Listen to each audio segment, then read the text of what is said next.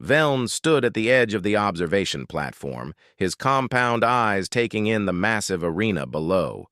Thousands of beings from across the galaxy filled the seats, their voices creating a noise that hummed through his thin exoskeleton. The Galactic Arena Games happened only once every 10 cycles, and this was his first time attending. As a young diplomat from the Kirathi people, he needed to understand how other species fought, how they thought, how they survived. The arena floor stretched out like a small continent. Holographic displays floated above, showing the faces of each team. 24 species had come to compete. Velen recognized most of them. The Kirathi warriors, tall and covered in red scales that could withstand fire. The Sindrel, whose bodies grew natural armor plates thick enough to stop plasma rounds. The Vren, who could speak to each other with their minds across vast distances. Then there were the humans. Veln looked at their display with curiosity. They were the newest species to join the games in 200 years. Their planet, Earth, had only made contact with the galaxy 15 years ago. Most species waited at least 50 years before entering the arena games. But humans, it seemed, were either brave or foolish. "Look at them," said a voice beside him. Velen turned to see Krath, a Kirathi observer he had met earlier. The red-scaled being gestured at the human display with one of his 4 arms. "Soft skin, small bodies, no natural weapons. They will not survive the first trial." Velen watched the human team on the screen. 5 of them stood together in their preparation area. They wore simple gray suits with minimal armor. No fancy technology, no impressive weapons. They looked almost plain compared to the other teams. The team captain's name appeared on the display, Day. He was a human male with dark hair and calm eyes. He stood with his hands behind his back, watching his team members as they checked their equipment. There was something about the way he stood, Veln thought. Not nervous, not excited, just ready. Next to him was Bo, a female with her hair tied back tight. She was checking some kind of handheld device, her fingers moving quickly over the controls. Han, another male, was examining a toolkit, laying out each piece with careful precision. Rin, a female with sharp eyes, was organizing medical supplies. Tay, a male with broad shoulders, was doing exercises, stretching his muscles. "The betting pools give them 1,000 to 1 odds, Krath continued. "Most believe they will die in the Crimson Wastes. The heat alone will cook them in their suits." Other observers around them laughed. Veln heard the comments floating through the crowd. "Humans? They are prey animals. I heard their planet has only 1 sun. How do they survive? Their bones break so easily. This will be a short game." But Veln noticed something the others did not. While other teams were bragging and showing off their strength, the human team was working. Day was pointing at a holographic map, and his team was studying it intensely. They were taking notes, recording information. Bo was analyzing something on her device while Han asked questions. The opening ceremony began.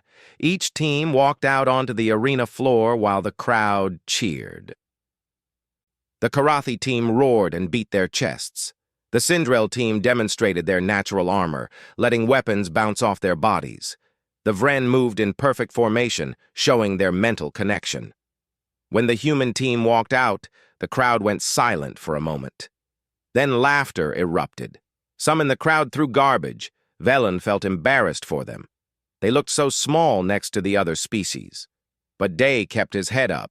He led his team to their position without reacting to the insults. His face showed no anger, no fear. Bo walked beside him with the same calm expression.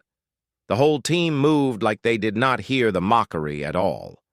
The arena master, an ancient being whose species Veln could not identify, raised its arms. Its voice boomed across the arena, amplified by technology. 24 teams enter. Only 1 will claim victory. You will face 3 trials: survival, mind, combat. Those who pass all three will face the final challenge. But know this, most of you will fail. Most of you will quit. Some of you will die. The crowd roared with excitement. Veln felt his primary heart beat faster. This was why the arena games were famous across the galaxy. Real danger, real death, only the strong survived. The first trial begins tomorrow, the arena master continued. The Crimson Wastes await you. Retrieve your beacons before time runs out. Fail, and your team is eliminated. Die, and you die. The teams dispersed to their quarters. Veln watched the humans leave last. They walked together, talking quietly among themselves. Dai had his hand on Ty's shoulder, saying something that made the bigger man nod. That night, Veln could not rest properly. He kept thinking about the human team. Something about them bothered him, but he could not understand what.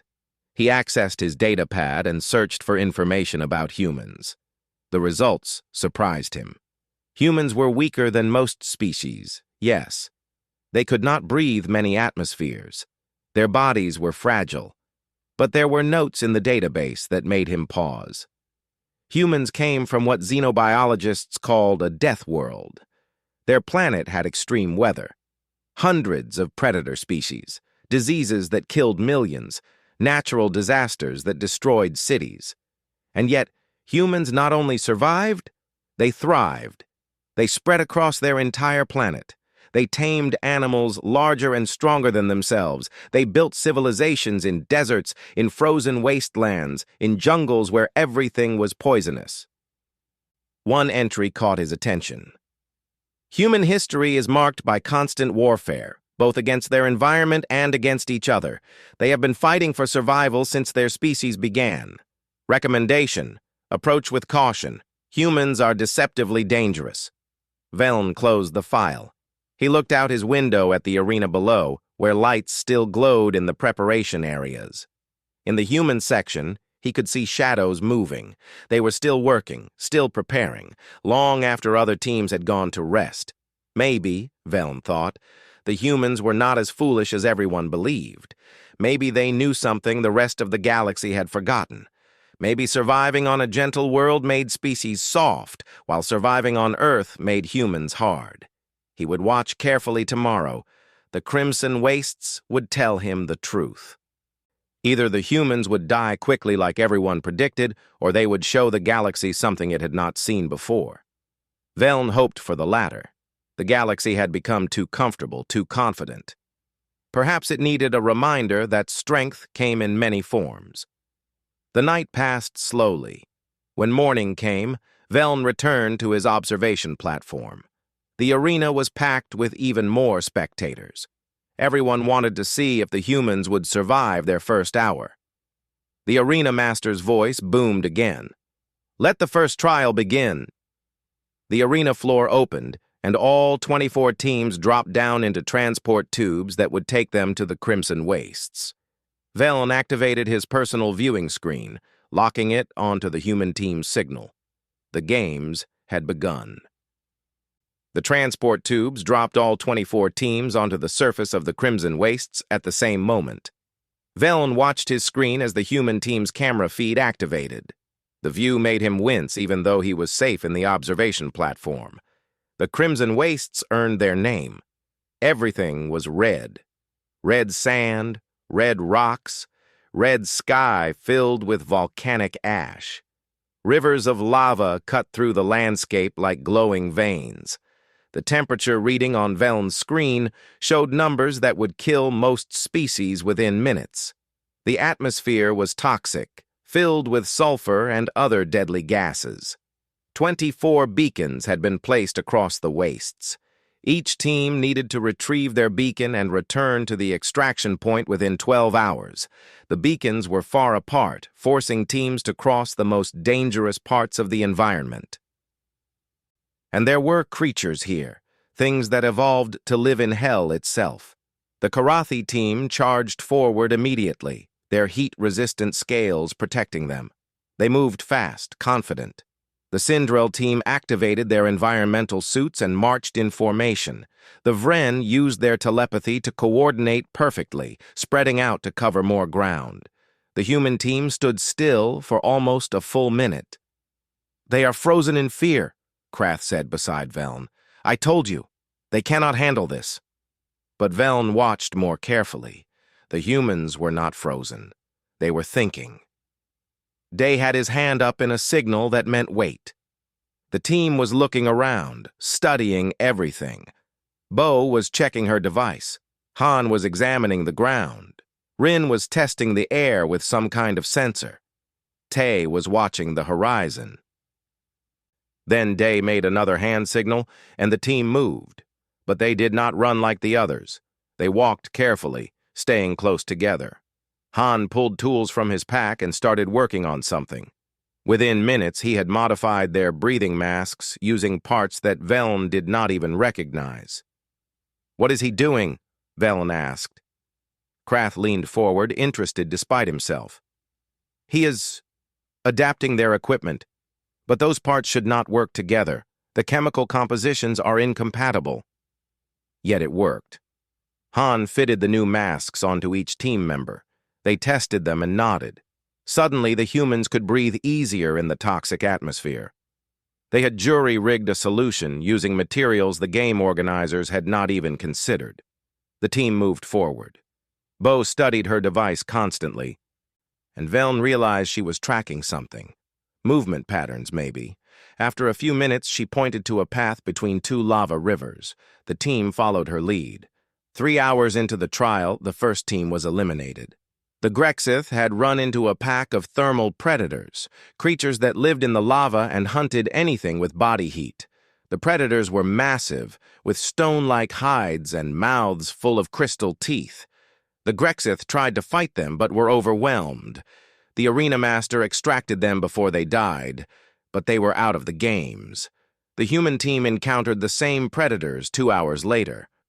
Veln sat up straight, his breathing holes flaring with anxiety. This would be where the humans died. These creatures had eliminated 3 teams already, but Bo had been tracking the predators' movements for hours. She had noticed a pattern. The creatures hunted in cycles, patrolling certain areas at specific times. She had found windows of safety, gaps in their patrol routes. Day signaled for the team to wait. They crouched behind a rock formation, staying perfectly still. The heat must have been unbearable, but none of them complained. They just waited while a pack of 6 predators passed less than 50 meters away. When Bo gave the signal, they moved quickly across the danger zone. They were exposed for only 2 minutes before reaching safety. The predators never even knew the humans were there. Clever, Krath admitted, but luck. They cannot be lucky forever. The next challenge came at the 6-hour mark. A volcanic eruption created a new lava flow that blocked the path to 3 beacons, including the human beacon. 2 teams tried to go around, but the detour would take them too far. They would not make it back in time. They were eliminated. The human team stood at the edge of the new lava flow. It was 30 meters wide and moving fast. There was no way across. The heat coming off it would melt their suits. Han studied the flow for 10 minutes. Then he pointed to something upstream.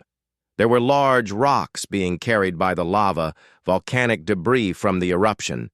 Some pieces were huge, the size of small vehicles. Veln watched in disbelief as Han explained his plan. The humans were going to use the debris as stepping stones. It was insane. The timing would have to be perfect. One mistake meant falling into lava, but they did it. Bo calculated the speed of the debris flow. Han identified which pieces were stable enough to hold weight. Tay went first because he was the strongest, carrying a rope. He jumped from rock to rock, moving fast before they sank or tipped. He made it across and secured the rope. One by one, the team crossed. Rin almost fell when her rock tilted, but Tay pulled the rope tight and she caught herself. They all made it across in less than 3 minutes. The crowd in the arena had gone silent. Veln looked around and saw that everyone was watching the humans now. Even the betting boards had changed. The odds were dropping. 1,000 to 1 became 500 to 1, then 200 to 1. The human team reached their beacon with 1 hour to spare. But instead of heading straight back, they did something unexpected. They saw another team in trouble. The Quelix, a species of small amphibious beings, were trapped by predators. Their beacon was close to the humans' position, but they could not reach the extraction point. They were going to die. Day made a decision. He led his team toward the Quelix. Tay and Bo created a distraction, drawing the predators away with noise and movement. Han and Rin helped the Quelix gather their beacon. Then all of them ran for the extraction point together. They made it with only minutes left. The Quelix survived because the humans helped them. It was not required. It gave the humans no advantage. But they did it anyway. Veln felt something shift in his understanding. This was not just about survival or winning. Humans operated on different rules. The trial ended. Out of 24 teams, only 16 remained. The humans finished in 3rd place overall. 3rd, higher than species who had natural advantages, better technology, and centuries more experience in the games. The arena was no longer laughing. The crowd was silent, stunned. Even the arena master seemed surprised when announcing the results. That night, Veln returned to his quarters and accessed the human database again. He searched deeper this time, looking for military records, survival statistics, anything that would explain what he had seen. What he found changed everything. Human history was filled with stories of people surviving impossible situations. Humans who walked dozens of kilometers with broken legs. Humans who lived for weeks without food. Humans who fought off predators with nothing but rocks and determination. Humans who saved strangers even when it put their own lives at risk. One military report caught his attention. It described human soldiers during a war on their own planet. They had been surrounded, outnumbered 10 to 1, with no supplies and no hope of rescue. Every logical analysis said they would surrender or die. Instead, they fought for 3 days straight, then broke through enemy lines and walked 70 kilometers to safety. When asked how they survived, one soldier said, "We refused to quit. Simple as that." Veln read that line 3 times. Refused to quit. Not, "We were lucky," or "We were strong." Just refused to quit. He understood now why the humans had modified their equipment so quickly. Why they had studied the predators instead of just fighting. Why they had helped another team when it gave them no benefit. This was how humans were built. They adapted. They thought. They never gave up. And they protected others because that was who they were. The second trial would begin tomorrow. The Labyrinth of Echoes, a psychological test that broke most species within hours. Veln wondered how humans would handle it. Their bodies were weak, but maybe their minds were strong. Maybe being from Earth, where death waited around every corner, taught humans something the rest of the galaxy had forgotten. Maybe fear was just another obstacle to overcome. Maybe impossible was just another challenge to solve. Maybe refusing to quit was enough. Veln would watch carefully tomorrow. The games had become far more interesting than he expected. The Labyrinth of Echoes stood at the center of the arena floor. It looked like a massive pyramid made of black crystal, pulsing with energy that hurt to look at directly. Veln had heard stories about this trial. It was not a test of strength or skill. It was a test of the mind. The labyrinth read each species' deepest fears and created illusions based on them. For some species, it showed their extinction. For others, it showed them losing their families. For some, it showed their greatest failures replayed forever. Many species broke within the first hour. Some refused to ever speak about what they saw inside. 16 teams remained. By tomorrow, there would be 8 or fewer. The betting pools were active again, and Veln noticed something interesting. The humans were no longer at the bottom. They had climbed to 7th place in the predictions. Some in the crowd were starting to believe. Krath stood beside Veln again at the observation platform. The Karathi had stopped mocking the humans. Now he watched them with cautious respect. "The labyrinth will break them," Krath said, but his voice had doubt in it. "Physical challenges are one thing, but the mind, this is where species with advanced psychology dominate. The Vren will win this trial easily with their telepathic resistance." Veln said nothing. He had spent the night reading everything he could find about human psychology. What he learned was disturbing and fascinating in equal measure. Humans lived an average of 80 cycles. Many species lived 200 or 300. Humans knew their time was short, and it shaped how they thought. They took risks. They pushed boundaries. They created art and music about death, making friends with their own mortality. But more than that, human history was full of trauma, wars that killed millions, diseases that wiped out entire cities, natural disasters that destroyed nations. And yet humans kept going. They rebuilt, they survived, generation after generation of trauma, and they never stopped. Veln wondered if the labyrinth understood what it was dealing with. Could you break a species that had already been broken 1,000 times? The arena master's voice boomed. "The second trial begins now. Enter the labyrinth. Find your way to the center and claim your token. But beware, what you fear most is waiting for you inside." The teams entered one by one. The crystal pyramid absorbed them, and suddenly each team appeared on separate viewing screens throughout the arena. The audience could watch everyone's journey at once. The first team to break was the Skeleth. They were a hive species, connected to each other through chemical signals. The labyrinth separated them mentally, making each one think they were alone. They could not handle it. Within 30 minutes, they were screaming and clawing at the walls. The arena master pulled them out. The Vren team lasted longer. Their telepathic bonds were strong, but the labyrinth learned how to attack them.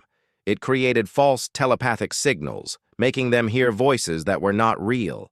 They started attacking each other, thinking they were enemies. 3 hours in, they were eliminated. The human team moved through the labyrinth carefully. Day led, with the others following close. The first illusion hit them after 15 minutes. Veln watched their screen, trying to understand what they were seeing. The corridor around them changed. Suddenly, they were standing in ruins. Burning buildings, smoke and ash everywhere, bodies on the ground. It looked like a war zone on their home planet Earth. Bo stopped walking.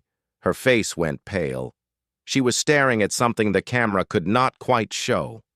Her hands were shaking, but Day stepped in front of her. He put his hand on her shoulder and said something the microphones could not pick up. Bo closed her eyes, took 3 deep breaths, and nodded. When she opened her eyes again, they were hard, determined. She kept walking. The illusion changed. Now they were in a hospital. Rin stopped this time. She was looking at a bed where someone was dying. Her face showed pain, real pain, like she was remembering something terrible. Tears ran down her face. Han moved beside her. He took her hand and squeezed it. He said something, and Rin wiped her eyes. She looked at the dying person one more time, then turned away. She kept walking. More illusions came. Tay saw something that made him reach for weapons that were not there. His whole body tensed, ready to fight, but there was nothing to fight. It was not real. He stood there for 5 full minutes, breathing hard, before Day's voice brought him back. Tay nodded and moved forward. Veln watched in amazement. The labyrinth was showing them their worst fears, their worst memories. But the humans were not breaking. They acknowledged the pain, felt it, and then chose to keep moving anyway. Krath leaned forward. How are they doing this? The labyrinth should destroy their minds. Veln thought he understood. He pulled up a human text he had found in the database, something they called psychological research. There was a concept called exposure therapy. Humans believed that facing your fears repeatedly made them less powerful. Humans had entire medical practices built around this idea. But more than that, Velln was learning about human culture. They had stories called horror. Humans created entertainment designed to scare themselves. They watched films about monsters. They read books about death. They told each other ghost stories around fires. They made fear into a game. What other species avoided, humans studied. What other species ran from, humans faced deliberately. Not because they were fearless, but because they knew fear was just another obstacle. The human team reached a large chamber. The labyrinth tried something different here. Instead of showing them their individual fears, it showed them a collective fear. Their planet Earth appeared before them, but dying. The continents were cracking. The oceans were boiling. The atmosphere was burning away. Their whole species was dying, and there was nothing they could do to stop it. The team stopped. All 5 of them stared at the dying planet. For a moment, Velln thought this would be what broke them. Watching your entire world die, your entire species erased from existence, that was too much for anyone. But Day spoke. The microphones picked it up this time. "Not real," he said quietly. "Mission first." "Mission first," the others repeated, like a prayer, like a promise. They turned away from their dying planet and kept walking. They did not run. They did not panic. They just walked, step by step, refusing to let the illusion stop them. Velln felt his breathing holes flutter. He had never seen anything like this. The psychological strength required to watch your world die and still keep moving forward was beyond his comprehension. The human team reached the center of the labyrinth in 4 hours and 17 minutes. Only 3 other teams finished faster: the Korathi, the Sindral, and the Quelix. The humans had beaten 12 other species in a mental challenge. The humans emerged from the labyrinth looking exhausted. Bo's eyes were red from crying. Rin's hands were still shaking. Tay's jaw was clenched so tight his teeth might break. Han looked pale and sick. Day's expression was blank, empty, but they were all standing. They had not broken. They had seen their fears, felt them, and refused to stop. The crowd's reaction was different now. No more laughter. No more insults. There was respect. Fear, even. The humans had proven something important. They could not be broken easily. That night, Velln could not sleep at all. He kept thinking about what he had seen. He pulled up more human history files going deeper into their past. He learned about human wars, not just the fighting, but the aftermath. Humans had a condition called trauma. When humans experienced terrible things, their minds carried scars. Many humans lived their entire lives with these mental wounds. But they still lived. They still functioned. They raised families, built careers, helped others, all while carrying pain that would destroy some species entirely. Humans had medical terms for all of it: depression, anxiety, post-traumatic stress. They had named their mental demons and learned to live with them. They developed treatments. They created support systems. They helped each other through the darkness. Velln found a quote from a human psychologist. "We are not strong because we do not feel fear or pain. We are strong because we feel them and choose to keep going anyway." That was the secret. Humans were not made of steel. They were made of flesh that bruised and minds that broke. But they had learned to keep functioning even when broken. They had learned to walk through hell and come out the other side. The third trial would begin tomorrow. The Grand Melee. 8 teams would fight in full combat simulation. It would be brutal, violent, terrifying. Velln looked at the human team's quarters on his monitor. They were sitting together, talking quietly, supporting each other after the ordeal in the labyrinth. Day had his hand on Bo's shoulder. Rin was checking everyone for signs of psychological collapse. Han and Tay were trying to smile, trying to lighten the mood. They were preparing for war, and Veln realized with certainty the galaxy had no idea what was coming, because humans did not just survive their fears, they learned from them, they adapted, they became stronger. Tomorrow, the galaxy would see what humans looked like when they stopped being polite and started fighting for real. Veln was afraid, not for the humans, for everyone else. 8 teams remained. The arena floor had been transformed into a complex battlefield with buildings, trenches, obstacles, and hiding places. This was the Grand Melee, and the rules were simple. Fight until only one team stands. All weapons were simulated but felt real. Pain was real. Defeat meant elimination but not death. Victory meant moving to the final trial. Veln watched from his platform as the teams took their starting positions. The Karathi team flexed their muscles and roared. The Sindrel checked their armor plating. The Quelix worked on their equipment. The Threnmar, a species of amphibious warriors, tested their weapons. The Belthos, crystalline beings with incredible strength. The Fixth, insectoid hunters with lightning reflexes. The Morthrin, whose species had been warriors for 10,000 years. And the humans. Day gathered his team in a circle. They spoke quietly, too quiet for the microphones to pick up, but Veln could see them pointing at different areas of the battlefield, making plans. When they broke apart, their faces showed something that made Veln's primary heart beat faster. They were not afraid anymore. They were focused, ready.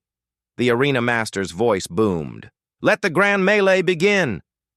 Immediately, alliances formed. The Karathi and Sindrel moved together, the 2 strongest teams combining their power. The Morthrin and Belthos paired up. The Fixth and Threnmar made a temporary agreement. Everyone understood the humans were dangerous now. They needed to be eliminated first. The Quelix approached the humans with a signal for alliance. Day nodded, and the 2 teams moved together into a defensible position. It made sense. The humans had saved the Quelix in the first trial. Trust had been built. Krath stood beside Veln, all 4 of his arms crossed. The humans made a mistake. The Quelix are weak. That alliance will not save them. But Veln was not so sure. He had learned not to underestimate humans. The Karathi-Sindrel alliance struck first. They charged toward the human position with overwhelming force. 10 warriors with scales and armor against 5 humans and 4 Quelix in simple gear. The outcome seemed obvious, but the humans did not stand and fight. They ran. Not in panic, but with purpose.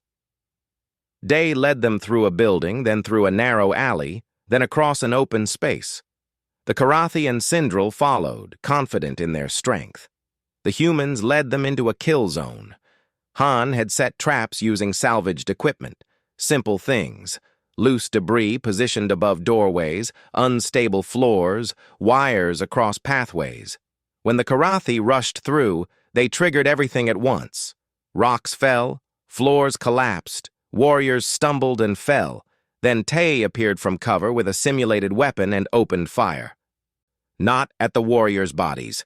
The armor was too strong. At their joints, at their eyes, at weak points Han had identified during previous trials.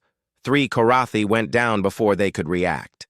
Bo coordinated the ambush from high ground, calling out positions and movements. Rin provided covering fire while the Quelix protected the flanks. It was not a fair fight. It was an execution. The Sindrel pulled back, dragging their wounded Karathi allies. They had lost 3 warriors in less than 2 minutes. The crowd in the arena erupted with noise. This was not how battles were supposed to go. The strongest team had just been beaten by inferior opponents. But Veln understood. Humans did not fight fair. They fought to win. The battle continued. The Belthos and Morthrin tried next, approaching more carefully. They had learned from the Karathi's mistake. They watched for traps. They moved slowly. The humans did not wait for them. Day split his team. Bo and Tay went one direction, creating noise and movement. Han and Rin went another direction with the Quelix, silent and fast. Day went alone. The Belthos and Morthrin followed Bo and Tay, thinking they had found the main force. But it was bait. When they were fully committed to the chase, Han's group hit them from behind. Not a direct assault. That would fail against superior strength. Instead, they targeted the Belthos' sensory organs with flash charges. Blinded, the crystalline warriors stumbled into their Morthrin allies. Confusion, friendly fire, warriors shooting at each other in the chaos. By the time they realized what happened, the humans were gone. The Belthos had lost 2 warriors. The Morthrin lost 1. Veln watched Day's position on the tracking screen. The human captain had circled around during the confusion and was now behind the enemy. He was not fighting. He was just watching, studying, learning their patterns. Krath's breathing had changed. This is not honor combat. This is war. Veln finished quietly. This is how humans fight wars. The Fixth tried to use their speed advantage. They were natural hunters, built for ambush and quick strikes. They found Rin separated from the others and attacked. 4 Fixed warriors against 1 human medic. It should have been quick. But Rin had been waiting. She led them into a space Han had trapped. Simulated explosives detonated, dropping a wall on 2 Fixed. Then Tai appeared from nowhere and took out a 3rd. Rin herself disabled the 4th with precise shots to its legs. It was another trap. Every time an enemy team thought they had an advantage, the humans turned it against them. They fought like their planet had taught them.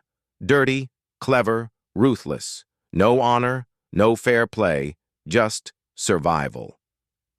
The Threnmar were eliminated when Bo calculated their movement patterns and led them into crossfire. The remaining Belthos fell when Han created a weapon out of scavenged parts that disrupted their crystalline structure.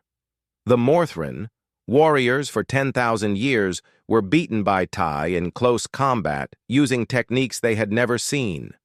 Something humans called mixed martial arts. 1 hour into the melee, 6 teams were eliminated. Only 2 remained. The Karathi-Syndral Alliance and the Human Quelix Alliance. The Karathi leader called for negotiation. Day met him in neutral ground while both teams watched from cover. Veln enhanced his audio to hear their conversation. "You fight without honor," the Karathi said. "Traps, ambush, deception. This is not warriors' combat." Day's face showed no emotion. "We fight to survive. Honor does not stop death. Then let us have true combat. Your warriors against ours, strength against strength." "No," Day said simply. "We will fight our way." The Karathi leader growled. "You shame yourselves. Your species will be known as cowards." Something changed in Day's expression. Not anger, something colder. "We come from a planet that tried to kill us every single day. We fought predators with claws and teeth while we had only rocks and sticks. We survived diseases that killed millions. We survived each other when we went to war. We learned one lesson. Do whatever it takes to survive. Call us cowards if you want. We will still be alive when you are not." The negotiation ended. Both sides returned to their teams. The final battle was brutal. The Karathi and Syndral used their strength and armor, pushing forward with overwhelming force. The humans used every dirty trick they had. More traps, false retreats, psychological warfare. Tay took down a Syndral by dropping a building on him, literally collapsing a structure using controlled demolitions Han had set up hours ago. Bo eliminated a Karathi by predicting his movement 3 steps ahead and having Rin place simulated mines in his path. The Quelix provided support, their smaller size allowing them to strike from unexpected angles. But the humans were taking losses too. The Quelix were eliminated 1 by 1. Then Rin went down, taking a hit protecting Han. Then Han was eliminated while covering Bo's escape. 3 humans remained against 4 opponents. But those three humans were not giving up. Veln could see it in their faces. Day, Bo, and Tay moved through the battlefield like shadows, using every advantage, exploiting every weakness. Bo calculated one final trap. She led the remaining Karathi and Sindrel into a confined space.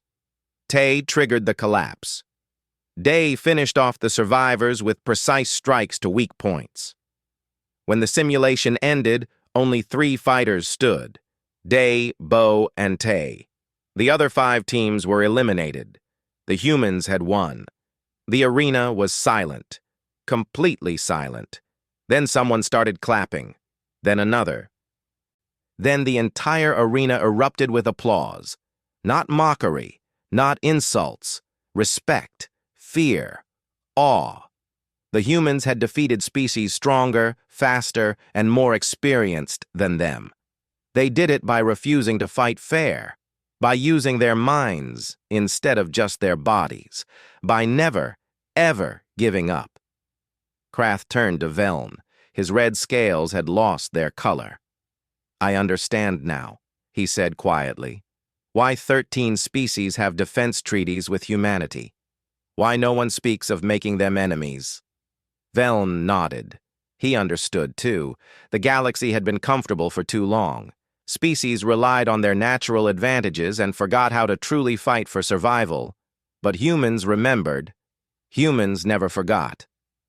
That night, Veln filed his report for the Karathi Diplomatic Corps. His recommendation was simple: never go to war with humanity. Whatever the cost, whatever the benefit, it is not worth it. Humans do not fight to win. They fight to survive. And they are very, very good at surviving. One trial remained: the Crucible of Stars. Tomorrow would determine if humanity could win not just through combat, but through compassion. Veln suspected he already knew the answer. The galaxy was learning what it meant when humans took the field.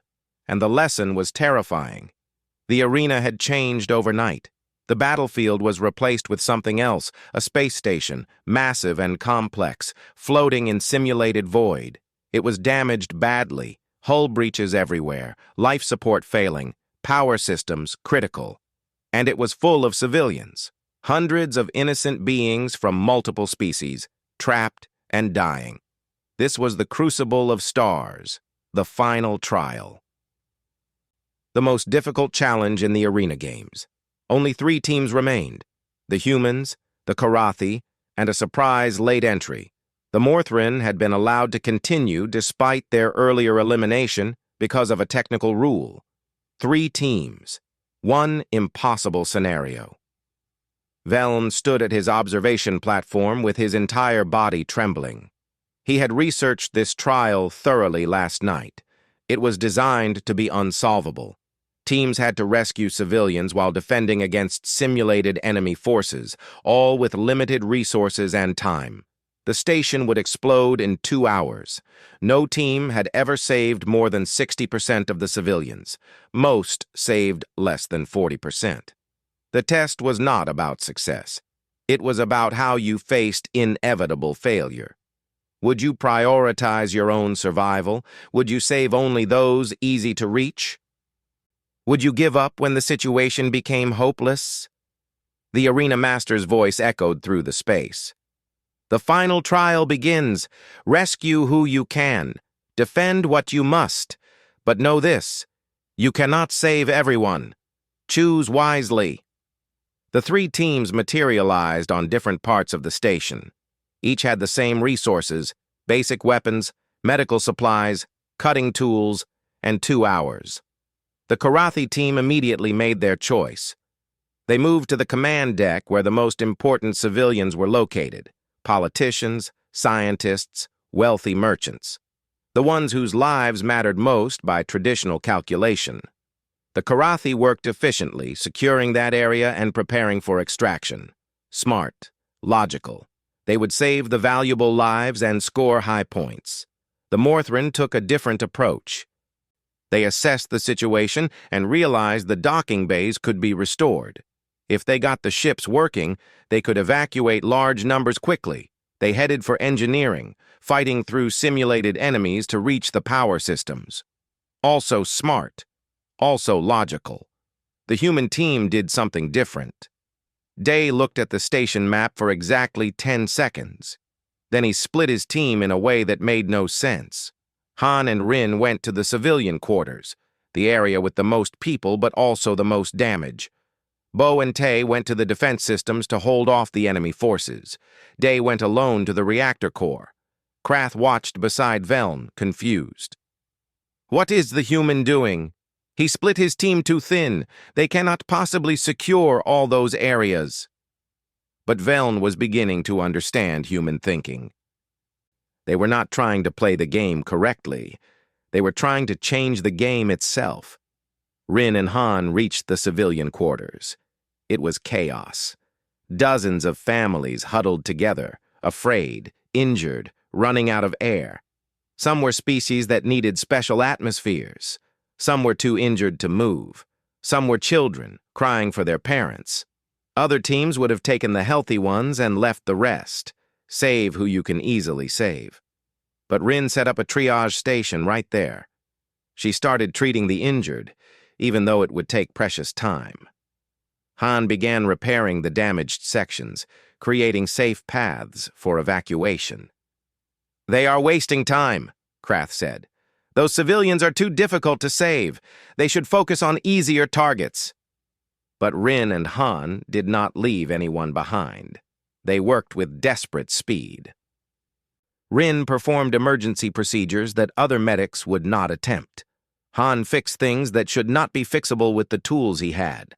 When a section was about to collapse, Han held a support beam with his own body while civilians evacuated beneath him. When Rin ran out of medical supplies, she improvised with materials from the station itself. Bo and Tay had their own battle. The simulated enemy forces were overwhelming, waves of attackers trying to breach the station and kill everyone inside. Bo calculated firing patterns and trajectories while Tay operated the weapons. They were outnumbered 50-1. They held anyway. Bo's calculations were perfect. Tay's aim was deadly. They used every trick from the Grand Melee, traps, misdirection, psychological warfare. They made the enemy think there were dozens of defenders instead of just 2. They held the line not for 2 hours, but for as long as anyone needed. Day reached the reactor core alone. It was on the verge of exploding. The standard procedure was to seal it off and evacuate nearby sections. Let those people die so others could live. Calculate acceptable losses. Day did not accept that. He went into the reactor room. The radiation would kill him eventually, even in a simulation. But he had time. Maybe enough time. Veln watched Day work with tools that were insufficient for the task. The reactor was too damaged. It could not be saved. Every engineer in the galaxy would tell you to run. But Day stayed. He rerouted power systems. He manually replaced components. He did things that the station designers said were impossible. The radiation counter on Veln's screen climbed higher. Day was taking lethal doses. In a real scenario, he would be dead in minutes, but he kept working. His hands shook. His face was pale, but he did not stop. "He is going to die for nothing," Krath said. "The reactor cannot be saved." But Day was not trying to save the reactor permanently. He was buying time. Every minute he kept it stable was another minute for civilians to evacuate. He was trading his life for theirs. 30 minutes into the trial, something changed. The Karathi had secured their valuable civilians and were preparing to leave. They saw the humans' positions on their tactical displays. They saw Han holding a beam with his body. They saw Rin treating civilians who could not be moved. They saw Tay and Bo defending everyone while outnumbered. They saw Day dying in the reactor room. The Karathi leader stopped. He looked at his team. He looked at the humans. Then he made a decision that surprised Veln. "We go help them," the Karathi leader said. His team protested. They would lose points. They would risk their own safety. They had already secured victory. "We helped them," the Karathi repeated firmly. "That is what warriors do." The Karathi team moved to the civilian quarters and began assisting Han and Rin. Their strength made the evacuation faster. The Morthran saw this and made the same choice. They redirected their efforts to support the humans. All three teams, supposed competitors, were now working together. Not for points, not for victory, because it was the right thing to do. With the combined effort, impossible things happened. Han's evacuation routes worked faster. Rin saved civilians that other medics would have declared lost. Bo and Tay held the defenses with support from Karathi and Morthran warriors, and Day kept the reactor stable long enough for everyone to escape. When the 2-hour mark approached, the station was 96% evacuated. 96%. No team in Arena Games history had saved more than 60%. But humans did not accept what history said was impossible. The final evacuations happened in the last 5 minutes. The Karathi leader personally carried injured civilians to the escape ships. The Morthran warriors held the defense perimeter while humans worked. Species that had been enemies one day earlier were now trusting each other with their lives. Day was the last one to leave the reactor room. He stumbled out, his simulated body failing from radiation exposure. Tay ran to him and lifted him onto his shoulders. They made it to the escape ship with 30 seconds to spare. The station exploded behind them, but everyone was safe. Every single civilian, every single competitor. No one was left behind. The arena was silent again. But this time, it was different. This was not the silence of shock. It was the silence of awe.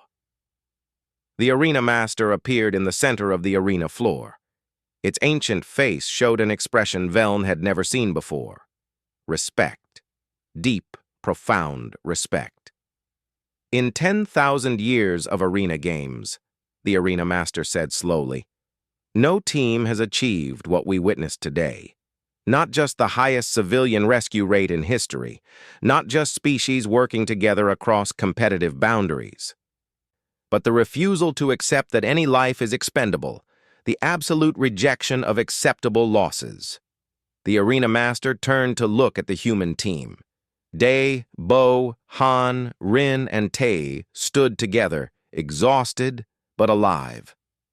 The humans did not win today, the arena master continued. No one won, but everyone survived. And that perhaps is a greater victory than any we have seen before. The crowd erupted, not just applause, cheering, roaring, species of all kinds shouting approval. Even the eliminated teams stood and honored the humans. Veln felt his breathing holes flutter rapidly. He understood now, completely understood. Humanity's galactic renown was not about their fighting ability or their intelligence or their technology. It was about something deeper. Humans refused to quit. Humans adapted to any challenge. But most importantly, humans extended their pack-bonding instinct to everyone. Enemy today could be family tomorrow. Stranger could become brother. Even competitors became allies when lives were at stake. That night, Veln filed his final report. But before he did, he approached the human team in their quarters. They were resting, treating their injuries, preparing to return home. Day, Veln said. The human captain looked up at him with those calm eyes. May I ask you something? Of course. Why did you not leave anyone behind? You could have won easily by taking only the civilians you could save quickly. Why risk everything for those who were difficult to rescue? Day was quiet for a moment. Then he smiled softly. On our planet, Earth, every day was a fight to survive. Predators, weather, disease, each other. We could not make it alone. We needed our tribe, our family, our pack. And we learned something important. The tribe does not abandon its members. Ever. But those civilians were not your tribe, Veln said. They were strangers, different species. Why save them? Because, Day said simply, the tribe is bigger now. We are all in it together. all of us trying to survive in this galaxy. If we abandon each other when times are hard, what is the point of civilization? What is the point of connecting with other species? Bo spoke up from her bunk. We come from a death world. We know what it means to struggle. We would not wish that on anyone, so we help. Always. Veln felt something shift in his understanding of the universe. His species, the Chirathi, had always believed survival was about being stronger than others, but humans showed a different path. Survival through cooperation, survival through refusing to leave anyone behind. Thank you, Veln said quietly.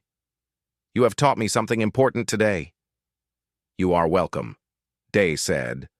Then he paused. And Veln? When you return to your people, tell them something for me. Tell them that humans would rather have friends than enemies. We will work with anyone who wants to build instead of destroy. But if forced to fight, we will fight with everything we have. We do not want war, but we are very good at survival. Veln nodded. He understood the warning and the offer. Humanity wanted peace, but they were ready for war. It was a combination that made them dangerous and valuable in equal measure. As Veln left their quarters, he heard the human team talking quietly among themselves, planning their return home. Discussing what they learned, supporting each other after the trials they faced, being human. Veln transmitted his final report with one conclusion. The Chirathi must establish formal alliance with humanity immediately. Whatever resources required, whatever concessions needed. Humans are the future of galactic civilization. Not because they are strongest or smartest, but because they never give up and they never leave anyone behind. The galaxy needs more humans, not fewer. This is my strongest recommendation. He added one final note. Seeing humanity take the field made me understand their galactic renown. They are not feared because they are vicious. They are respected because they are persistent. They are beloved because they care. And they are dangerous because they combine all three qualities with a creativity born from surviving the impossible. Other species should learn from them. I know I have. Veln watched the arena one last time. Tomorrow, the humans would return to Earth. They would go back to their lives, their families, their seemingly ordinary existence. But the galaxy would remember what happened here. The galaxy would remember the species that refused to accept defeat, that saved everyone instead of just some, that extended friendship even to competitors. The galaxy would remember humanity, and that was exactly as it should be.